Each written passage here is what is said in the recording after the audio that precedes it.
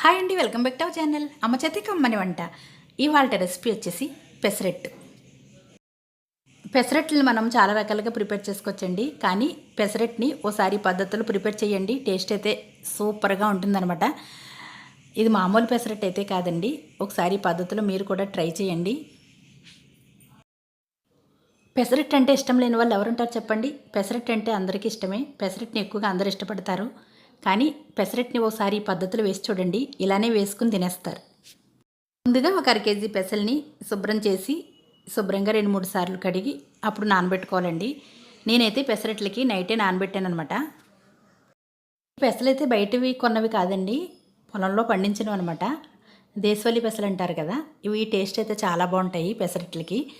బయట కొన్న పెసలు పెద్దగా ఉంటాయి, ఇవి కొంచెం చిన్న సైజులో ఉన్నాయి. పెసలు ఈ విధంగా నానిన తర్వాత వీటిని మిక్సీ జార్లో వేసి చిన్నగా కట్ చేసిన అల్లం ముక్కలు, 4 పచ్చిమిర్చి, 6 వెల్లుల్లి రేఖలు, ఫుల్ టేబుల్ స్పూన్ జీలకర్ర, 1/2 టేబుల్ స్పూన్ పసుపు, టేస్ట్కి సరిపడా సాల్ట్ను వేసి మెత్తగా మిక్సీ పట్టుకోవాలి. ఈ పెసరట్టుకి అసలు సీక్రెట్ ఏంటంటే వెల్లుల్లి రేఖలండి. వెల్లుల్లి రేఖలను వేస్తే పెసరట్టు టేస్ట్ చాలా బాగుంటుంది. చూడండి, ఈ విధంగా మెత్తగా మిక్సీ పట్టిన తర్వాత ఇంకా దీనిలో 2 టేబుల్ స్పూన్స్ వరిపిండిని కూడా కలుపుకోండి. వరిపిండి వేయడం వల్ల పెసరట్టు అనేది క్రిస్పీగా వస్తుందన్నమాట. ఈ పెసరట్లకి సీక్రెట్ ఏంటంటే ఫస్ట్ వెల్లుల్లి రేఖలు, సెకండ్ వరిపిండినండి. ఈ 2 వేయడం వల్ల పెసరట్టు టేస్ట్ చాలా బాగుంటుంది. పెసరపిండి అనేది ఈ కన్సిస్టెన్సీలో ఉండే విధంగా చూసుకోవాలండి. మరీ పలుచగాను కాకుండా అలానే గట్టిగాను కాకుండా ఈ విధంగా ఉంటేనే అట్లు అనేది బాగా వస్తాయి. ఇప్పుడు స్టవ్ ఆన్ చేసి పెనం మీద అట్లుగా ఈ వీడియోలో చూపిస్తున్నట్టుగా వేసుకోండి. పిండి వేసిన తర్వాత ఉల్లిపాయ ముక్కలు, కొత్తిమీర, జీలకర్ర, కాస్తంత నెయ్యిని కూడా వేసుకుంటే మనకి టేస్ట్ బాగుంటాయి. సన్నగా కట్ చేసిన ఉల్లిపాయ ముక్కలు, కొత్తిమీర, జీలకర్ర, నెయ్యి ఉంటేనే పెసరట్లకి టేస్ట్ బాగుంటుందండి. ఈ విధంగా వేసుకున్న తర్వాత బాగా అట్టును కాలనిచ్చి అప్పుడు తీసేసుకోండి.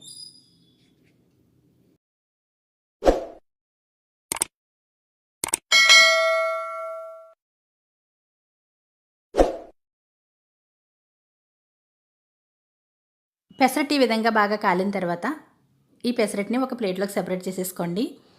మీకు ఇంకా పెసరట్టు క్రిస్పీగా కావాలి అంటే ఇంకొక అట్టు వేసి చూపిస్తాను. పెసరట్లు వేసేటప్పుడు ఎంత పలుచగా వేసుకుంటే అట్లు అనేది అంత క్రిస్పీగా వస్తాయండి. అనేది ఒక్కొక్కరు క్రిస్పీగా ఇష్టపడతారు, ఒక్కొక్కరు కాస్త మెత్తగా ఉండేలాగా ఇష్టపడతారు. మనం ఈ విధంగా కూడా వేసుకోవచ్చండి. క్రిస్పీగా కావాలి అంటే ఈ విధంగా కూడా వేసుకోవచ్చు. పెసరట్లను వేసేటప్పుడు మందంగా కన్నా ఎంత వీలైనంత పలుచుగా వేసుకుంటే అట్లు అంత బాగుంటాయండి. పలుచుగా ఉంటేనే పెసరట్లు టేస్ట్ అనేది బాగుంటుంది. మనకి ఉప్మా పెసరట్టు కావాలి అంటే పెసరట్టు వేసిన తర్వాత పైన ఉప్మా వేసుకోవచ్చండి. లేదంటే పెసరట్టుని ఈ పద్ధతిలో వేసి ఉల్లిపాయ ముక్కలు, పచ్చిమిరపకాయ ముక్కలు, క్యారెట్ తురుము ఇవన్నీ కూడా వేసిన టేస్ట్ బాగానే ఉంటుంది. ఇంకా కావాలంటే చిన్నగా కట్ చేసిన అల్లం ముక్కలను కూడా వేసుకోవచ్చండి. నేను పెసలు మిక్సీలో వేసేటప్పుడు వేసేసాను కాబట్టి వేయడం లేదు.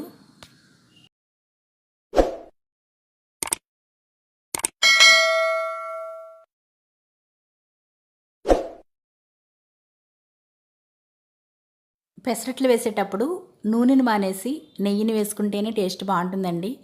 మనం అప్పుడప్పుడు తింటాం కాబట్టి నెయ్యి ఎక్కువైనా పర్వాలేదు అండి. మా ఇంట్లో వేడివేడి పెసరట్లు అయితే రెడీ అయిపోయాయి. వీటిలోకి చట్నీ, అల్లం చట్నీ, పల్లీల చట్నీని ప్రిపేర్ చేశానండి.